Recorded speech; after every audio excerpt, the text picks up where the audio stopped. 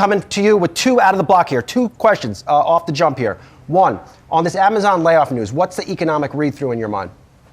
I think it's an improvement of margin, but nothing to worry about as a recession. If we rewind to 2022, 2023, you saw massive tech layoffs. I think we had 150,000 layoffs in 2022 alone, and that included 18,000 from Amazon. Tech, in my mind, is notoriously bad at right-sizing employee counts. And I don't want to diminish the impact to actual humans losing their jobs. But if we look at X, for example, when Elon Musk took it over, he cut over 50% of the workforce, and it's still operational. You're talking about Chegg cutting 45%. So I think this is just the normal course of finding the new equilibrium in tech. Amazon especially has to do that because they're ramping up robotic workers, automation. But at the same time, they have the lowest margin out of the Mag 7 at about 10% net margin versus an average of 25% for the rest of the Mag 7. Okay. So necessary move to restructure. I hear what you're saying, Lou. So these layoffs maybe not predicting some form of sharp economic downturn. I get that. Follow-up question here.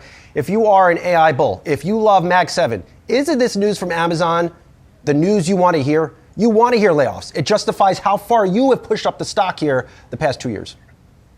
Me personally, I don't own Amazon. I own Alphabet. But look, I do want to see this. I want to see the leaders of the AI trend in the Mag 7 really leaning into productivity. So I think it is a bullish sign. Again, we're not going to really be able to sort this out until you see the follow through in the products and solutions and the revenue generated from AI. We're still in the early innings to know how high and far this can go. I think that's all to be determined. But I can tell you this, there's an insatiable demand for chips. There's an insatiable demand for energy at the data centers and new data centers. So I think we're still early here. I wouldn't read too heavily into head counts to determine what's going to happen with the use of AI and how much ultimate profitability you get. I mean, you mentioned it. Microsoft now up to $135 billion with their investment in OpenAI as that revenue is just starting to ramp up.